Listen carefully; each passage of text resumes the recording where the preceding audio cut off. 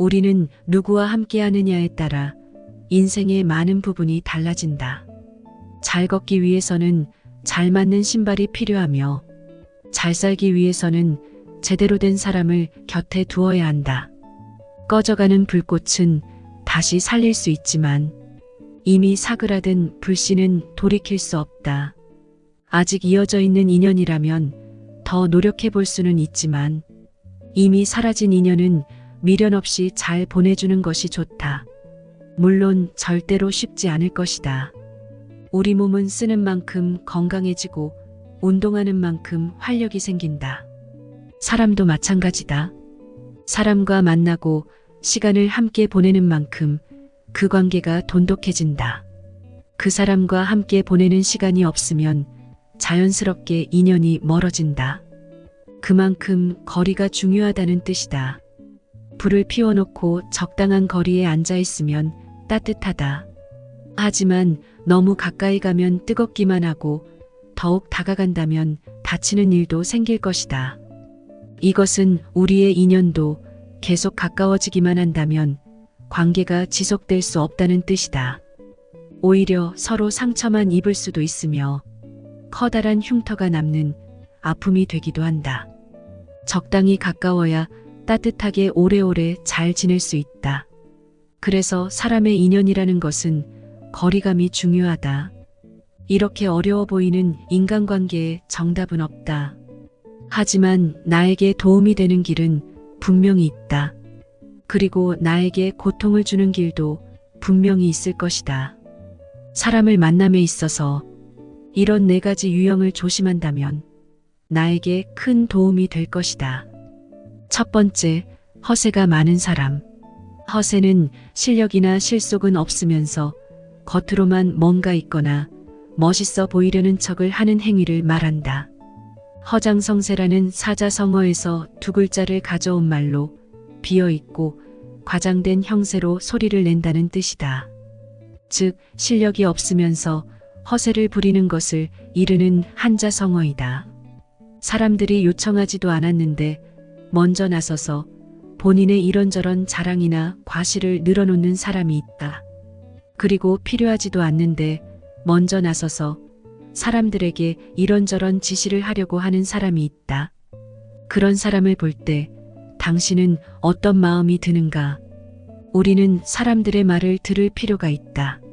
내가 먼저 말을 하기보다는 다른 이에게 질문을 하고 경청하는 자세를 취할 필요가 있다. 내 이야기만 하는 것은 참 쉽다. 그러나 상대의 이야기를 듣는 것은 쉽지 않다. 이렇듯 허세가 많은 사람은 쉬운 행동만 취하는 것이다. 허세가 많은 사람은 지나친 과장을 하기도 한다. 허세를 부리거나 과시하기를 좋아하는 사람들은 트라우마나 약점을 많이 가지고 있을 확률이 상당히 높다. 어떤 면에서는 안타까운 사람들이다. 예를 들어 부자가 아닌 사람들이 오히려 돈 자랑을 한다. 또한 사랑을 충분히 받지 못하는 사람은 자신이 사랑받음을 과시하고 싶어 한다. 하지만 이것은 어디까지나 성향일 뿐이며 이런 성향을 가지고 스스로 위안을 삼으려고 하는 마음도 무조건 틀렸다고 보기는 어렵다. 다만 허세를 부려 다른 사람에게 피해를 주어서는 안 된다. 허세와 과시로 타인을 무시하고 막말하는 것은 용납되어서는 안 될 것이다. 허세가 많은 사람을 피하는 것이 나를 보호하는 일이지만 내가 허세 많은 사람이 되는 것은 아닌지 스스로를 잘 살펴서 돌아보는 것도 중요하다. 두 번째, 염치 없는 사람. 사람은 누구나 이기적인 면이 있다. 하지만 사람이기에 자신의 이기적인 속성을 감추려고 한다. 그래서 있는 것이 체면이다. 거의 모든 사람들이 체면을 중요시한다. 그런데 염치 없는 사람들은 체면이 깎이든 말든 상관하지 않고 제멋대로 말하고 행동한다. 부끄러움을 모르는 사람, 그야말로 뻔뻔하기 그지없는 사람들이 있다. 항상 자기 생각만 하고 자기가 하고 싶은 대로 한다. 이런 사람 입에서는 사과나 양보라는 게 절대 나오지 않는다. 반성도 없으며 잘못하고도 잘했다고 우긴다. 어떤 경우에는 본인이 잘못을 하고도 잘못했다는 자체를 인지하지 못한다.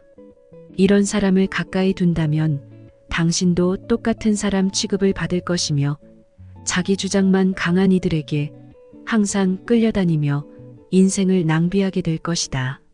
세 번째, 조급한 사람. 조급함의 단점은 역설적이게도 정말 시간이 많이 걸린다는 것이다. 급할수록 돌아가라는 속담이 있다. 조급함은 오히려 일을 그르친다.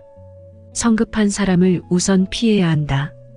이것이 맞는 것인지 틀린 것인지 잠깐 생각해 보지도 않고 성급하게 말하는 사람이 있다. 차가 과속만 한다면 어떻게 되겠는가? 무조건 사고가 나게 되어 있다.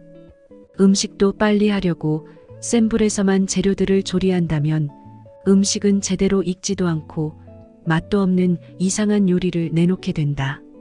아는 것이 많고 똑똑한 사람도 성급하기만 하다면 지식을 충분히 활용하지도 못하고 일을 그르친다.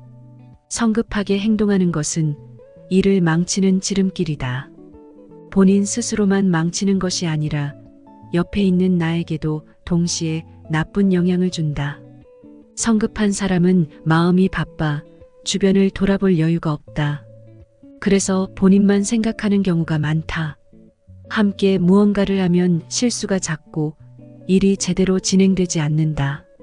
하다못해 함께 여행을 가더라도 충분히 즐길 수 있는 여유가 없다. 성급한 사람 주변에는 비슷하게 성격이 급한 사람이 모이게 된다. 서로 급하기 때문에 배려가 부족하고 서로 자기 생각만 하기 쉽다. 속도가 제일 중요한 사람들은 세세한 부분을 잘 신경 쓰지 못한다. 그래서 그만큼 오해도 많이 생긴다. 이런 사람들을 가까이 둔다면 내 인생까지 고달파질 수 있다. 네 번째, 지나치게 간섭이 많은 사람. 사공이 많으면 배가 산으로 간다는 말이 있다. 사공이 많으면 오히려 장점이 많을 것 같은데 이 속담은 왜 부정적인 의미로 쓰이는 것인가? 간섭하는 사람이 많으면 오히려 제대로 되는 일이 없다는 것을 많은 사람들이 경험해서 그럴 것이다. 본인의 일이 아닌데 오지랖을 떨며 남의 일에 끼어드는 것은 결국 일을 더 안 되게 한다.